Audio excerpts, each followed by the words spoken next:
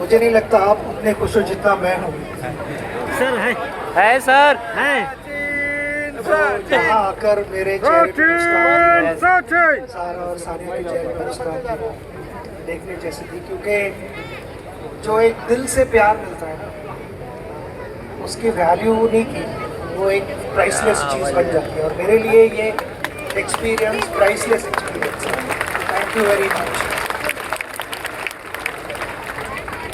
यहाँ आकर मुझे बहुत खुशी हुई है और मैं सबसे पहले यहाँ पे गवर्नमेंट का आभार मानता हूँ और सभी जो मंच पे बैठे हैं सभी की कंट्रीब्यूशन रही है। So big thank you all of you for this support.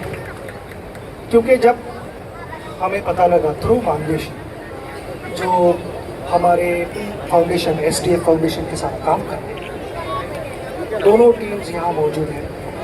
जो हमारी टीम है led by Zoya, STF foundation, यहाँ के बाकी हमारे STF फाउंडेशन के मेंबर्स भी हैं।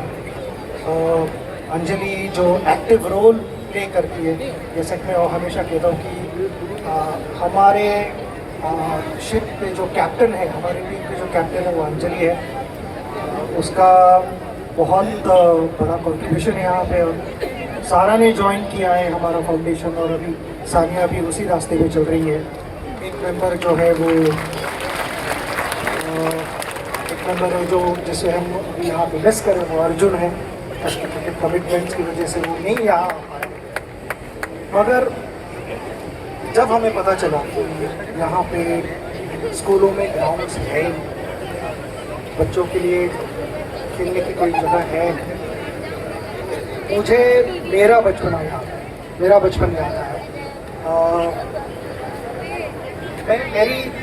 मेरे ज़िंदगी की शुरुआत मैदान से ही हुई थी। और जब मानदेशी फाउंडेशन, जो प्रभात, दिव्या और चेतना जी यहाँ पे हैं, हम फॉलो करते हैं कि वो किस तरह से मोटिवेट होते हैं और अलग अलग जगह जाके अपना काम करते हैं। बातें बहुत कम करते हैं। आपने देखा ही यहाँ पे उनके टीम के 2 लोग थे जो मेंबर्स थे जिन्होंने मदद की यहाँ पे ये सारे ग्राउंड्स बिल्ड करने के लिए। मगर आगे नहीं बढ़ते हैं। हमेशा काम जब होता है तब आगे बढ़ते हैं। जब लोगों में उनके बारे में बात की जाती है तो हमेशा दूसरे लोग वो नहीं कभी बात करते। और मैं समझता हूँ जब किसी को कंट्रीब्यूट करना पड़ता है या करने की इच्छा होती है रादर, तो उसके कंट्रीब्यूशन का रियल रिफ्लेक्शन तभी होता है जब बाकी के लोग वो नहीं मानते। और वही मैं कहूँगा, मैं बहुत खुश हूँ इस रिजल्ट से। बच्चों को जब मैं देखता हूँ तो जैसे मेरी जर्नी स्टार्ट हुई मैदान से, वो मुझे याद आया। मगर जब आप मैदान पे जाते हो तो आपको एक सही गाइडेंस की ज़रूरत होती है, अच्छे कोचिंग की ज़रूरत होती है। और उसी समय हमें वो दिखना चाहिए हमें, और परछाई, शैडो, क्योंकि आईना कभी झूठ नहीं बोलता और परछाई कभी साथ नहीं छोड़ती। तो ऐसे दोस्त रखो जो हमेशा आपको सही एडवाइस दे। बहुत सारे एडवाइस, मगर सबसे इम्पोर्टेंट एडवाइस था मेरे फादर से कि क्रिकेट तुम्हारा कितने साल चलेगा। तो जब मैं 16 साल का होता मैंने खेला था पहली बार। फादर ने कहा मेरी 10 साल 15 साल, उसके बाद क्या होगा। तो अच्छे इंसान बनने की कोशिश करें, उसी की कोशिश हर दिन, जैसे कि हम कहते हैं कि हर दिन हमें उठ के तैयार होना पड़ता है। हम ब्रश करते हैं, नहाते हैं, खाना खाना पड़ता है। वैसे ही अच्छी चीज़ों करने के लिए हमें हर दिन उस चीज़ों को प्रैक्टिस करना है। ये सारी चीज़ें अपने आप नहीं होती। और आज एज अ पेरेंट मैं यही कहना चाहूँगा कि मुझे अभी रिसेंटली मैंने मेरे बेटे का इंटरव्यू सुना, अर्जुन का। और अर्जुन को उसके इंटरव्यू में एक सवाल किया गया था कि खुद को 5 साल में कहाँ देखते हैं। तो उसने कहा कि कौन सक्सेसफुल नहीं होना चाहता, सभी खेलना चाहते हैं, मगर मैं किसी का नुकसान करके आगे नहीं बढ़ना चाहता। तो एज अ पेरेंट अंजलि और मैं ये कह सकते हैं कि we are extremely proud of it, and so are we of Sara and Sania. मेरे अगर फादर यहाँ पे होते हमारे बीच तो ज़रूर अर्जुन को शाबाशी देते। यहाँ पे हम बैठे हुए और इतने सारे बच्चे हैं, मगर अभी शुरू में एक छोटे लड़की ने एक स्टेटमेंट दी कि लड़कों और लड़कियों में थोड़ा सा कहीं ना कहीं तो डिस्क्रिमिनेशन होता है, कभी कभी नोइंगली होता है, कभी कभी अननोइंगली होता है। मगर ये जो मैं देख रहा हूँ अभी मेरे सामने, ये इसके लिए मैं पेरेंट्स को कहूँगा कि वेरी वेल डन। यहाँ पे उतने ही मुझे लड़कियाँ दिख रहे हैं जहाँ लड़के हैं, और हमारे घर में मुझे 2 भाई हैं, 2 बड़े भाई और एक बड़ी बहन है, मगर कहीं ये डिफ्रेंशिएशन कभी ऐसा नहीं लगा कि सिर्फ लड़कों को कुछ ज़्यादा मिल रहा है और मेरी बहन को कम मिल रहा है। In fact possibly it was the other way round, उसे पहले दिया जाता था और बाद में हमें बांटा जाता था। तो ये होना बहुत ज़रूरी है, क्योंकि मैं I believe women are the backbone of every family. उनके सिवा फैमिली आगे नहीं बढ़ सकती।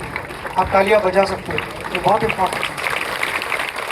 अपनी माँ, अपनी बहन, अपनी बीवी, अपनी बेटी के लिए, सबके लिए तालियां बजा सकते हैं।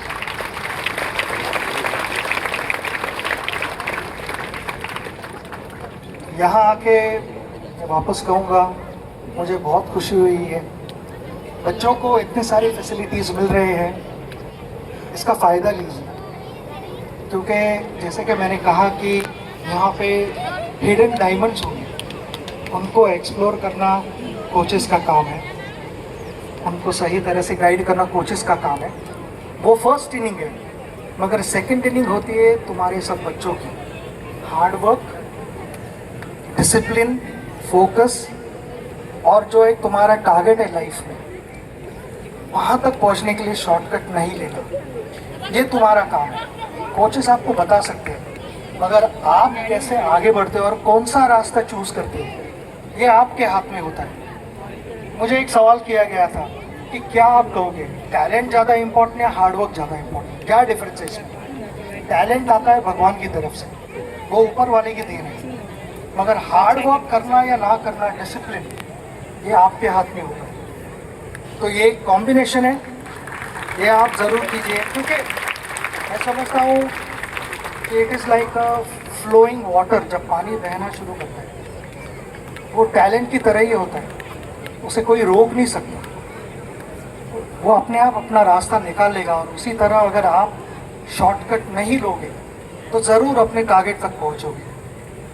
कभी भी ऐसे मत सोचना कि मैं शॉर्टकट लूँगा तो पहुँचूँगा, नहीं होगा। You will get expose in front of the whole world. मुझे लगता है कि आपके आजू बाजू में सही लोग हैं आपको गाइड करने के लिए, तो उनका गाइडेंस लीजिए, रिस्पेक्ट करिए और आगे बढ़ते जाइए। मैं ज़्यादा और बात नहीं करूँगा, सारे लोग यहाँ पे जमा है, तो मैं कहूँगा कि आपका सहयोग भी बहुत इम्पोर्टेंट है। अब तक इतना सपोर्ट करते आए हो और इतनी इंकरेजमेंट दी है, तो इसी तरह से उनको एनकरेजमेंट देते रहो और वो आपको रिजल्ट ज़रूर लाएंगे कभी ना कभी। फाइनली गवर्नमेंट और सारे जो मंच पे बैठे हो, उनको मेरा और एक रिक्वेस्ट रहेगा, हमने यहाँ पे 50 ग्राउंड स्कूल के लिए डेवलप किए, जो मैदान हम कहते हैं मैदान का, 50 मैदान डेवलप किए, जिससे 5000 प्लस बच्चे उसका फ़ायदा ले रहे हैं। ये बहुत खुशी हो रही है मुझे। मगर हम हमारे इंडियन क्रिकेट टीम के ड्रेसिंग रूम में हमेशा ये कहते थे कि लेट्स डबल इट अप, चाहे जितना भी स्कोर बना हो। हमारे स्कोर बोर्ड पे 400 लगे हो तो हम हमेशा कहते थे डबल इट अप। तो यहाँ पे मेरा भी मैसेज उनको यही रहेगा, 50 गोल बनाए, लेट्स डबल इट अप, हमारी तरफ से पूरा सहयोग रहेगा। Thank you very much, all the best. Thank you so much. Thank you sir. अभी मैं छत्तीसगढ़ शासन तथा दंतेवाड़ा जिला प्रशासन की तरफ से डीसी सर और सीओ सर से रिक्वेस्ट करूंगा कि Tendulkar family and Chetna ma'am को फेलिसिटेट करें सर।